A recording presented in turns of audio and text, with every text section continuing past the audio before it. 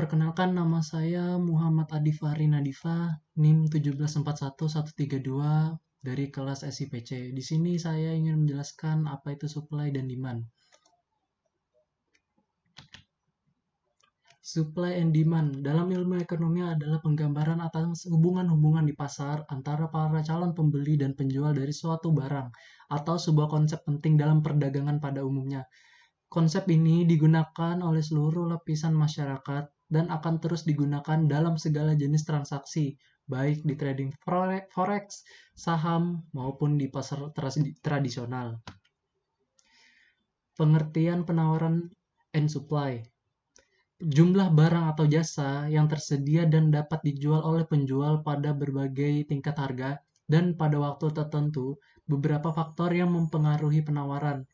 Yang pertama, harga barang itu sendiri. Kedua, harga sumber produksi. Ketiga, tingkat produksi. Dan yang keempat, ekspektasi atau perkiraan.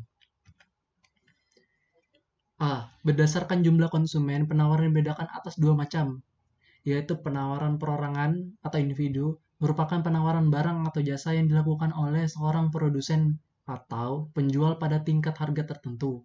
Penawaran jasa adalah jumlah keseluruhan dari penawaran barang atau jasa yang dilakukan oleh seorang produsen atau penjual pada tingkat harga tertentu. Penawaran juga ada hukumnya, yakni bahwa semakin tinggi harga, jumlah barang yang ditawarkan semakin banyak. Sebaliknya, semakin rendah harga barang, jumlah barang yang ditawarkan semakin sedikit. Inilah yang disebut hukum penawaran. Hukum penawaran menunjukkan keterkaitan antara jumlah barang yang ditawarkan dengan tingkat harga. Dengan demikian, bunyi hukum penawaran berbunyi: semakin tinggi harga, semakin banyak jumlah barang yang tersedia ditawarkan. Sebaliknya, semakin rendah tingkat harga, semakin sedikit jumlah barang yang bersedia ditawarkan. Hukum penawaran akan berlaku apabila faktor lain yang mempengaruhi penawaran tidak berubah atau biasa disebut ceteris paribus. Di sini bisa dilihat gambar kurva penawaran.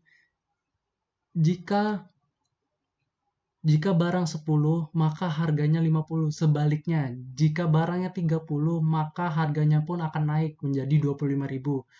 Kurva penawaran ini sebuah grafik yang menggambarkan hubungan antara harga barang atau jasa dengan kuantitas barang atau jasa yang ditawarkan, dengan asumsi faktor-faktor lain yang tetap. Dari kurva di samping kita dapat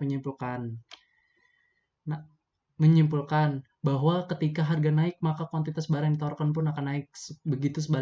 Begitupun sebaliknya, tetapi dengan syarat ceteris paribus. Pengertian permintaan atau demand adalah sesuatu yang lebih menjelaskan tentang jumlah permintaan barang atau jasa yang akan dibeli sesuai dengan harga dan waktu yang sesuai, di mana setelah disepakati bersama. Beberapa faktor mempengaruhi permintaan. Yang pertama, harga barang itu sendiri. Yang kedua, harga barang lain yang berkaitan. Yang ketiga, tingkat pendapatan. Yang keempat, selera konsumen. Dan kelima, ekspektasi atau perkiraan.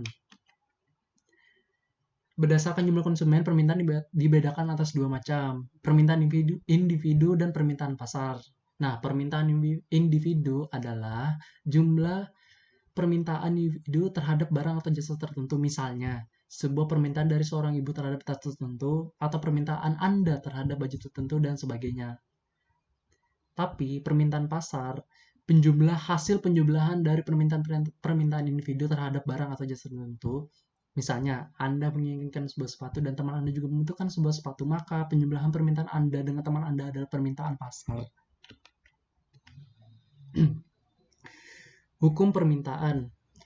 Hukum yang menjelaskan tentang adanya hubungan yang bersifat negatif antara tingkat harga dan jumlah barang yang diminta. Apabila harga naik, jumlah barang yang diminta sedikit, dan apabila harga rendah, jumlah barang yang diminta meningkat. Dengan demikian, hukum permintaan berbunyi: semakin turun tingkat harga, semakin banyak jumlah barang yang tersedia diminta. Dan sebaliknya, semakin naik tingkat harga, semakin sedikit jumlah barang yang bersedia diminta. Pada hukum permintaan berlaku asumsi ceteris paribus dengan hal-hal lain yang tetap sama. Artinya, hukum permintaan tersebut berlaku jika keadaan atau faktor selain harga tidak berubah, atau biasa disebut dianggap tetap.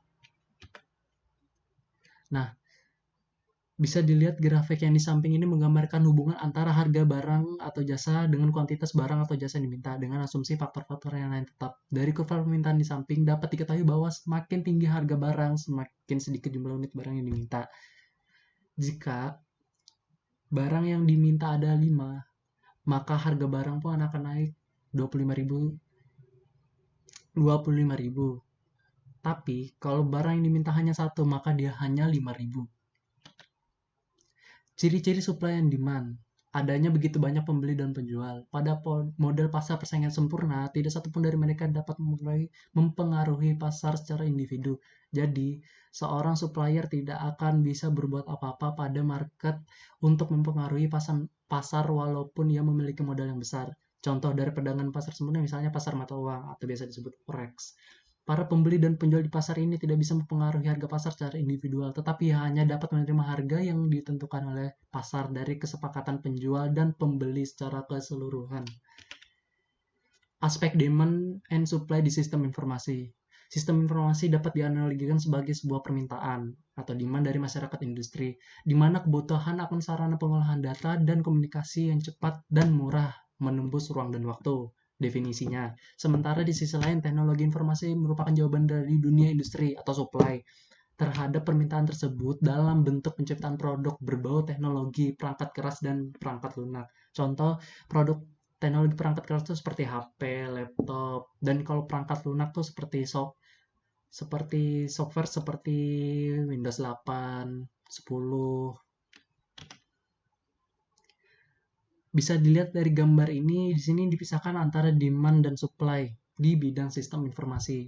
Yang pertama itu demand, Executive Information System, Board of Director, Decision Support System, Senior Manager, Management Information System, Line Manager, Transactional Information System, Supervisor, Database Information System, Data Administrator, atau Data Entry. Nah, kalau di supply, dia ada enabling teknologi, networking system, dan networking system ini ada banyak hal. Yang pertama, distribution channel, user interface, developer tools, application, dan lain-lain. Dan juga yang paling terakhir, corporate integrated system.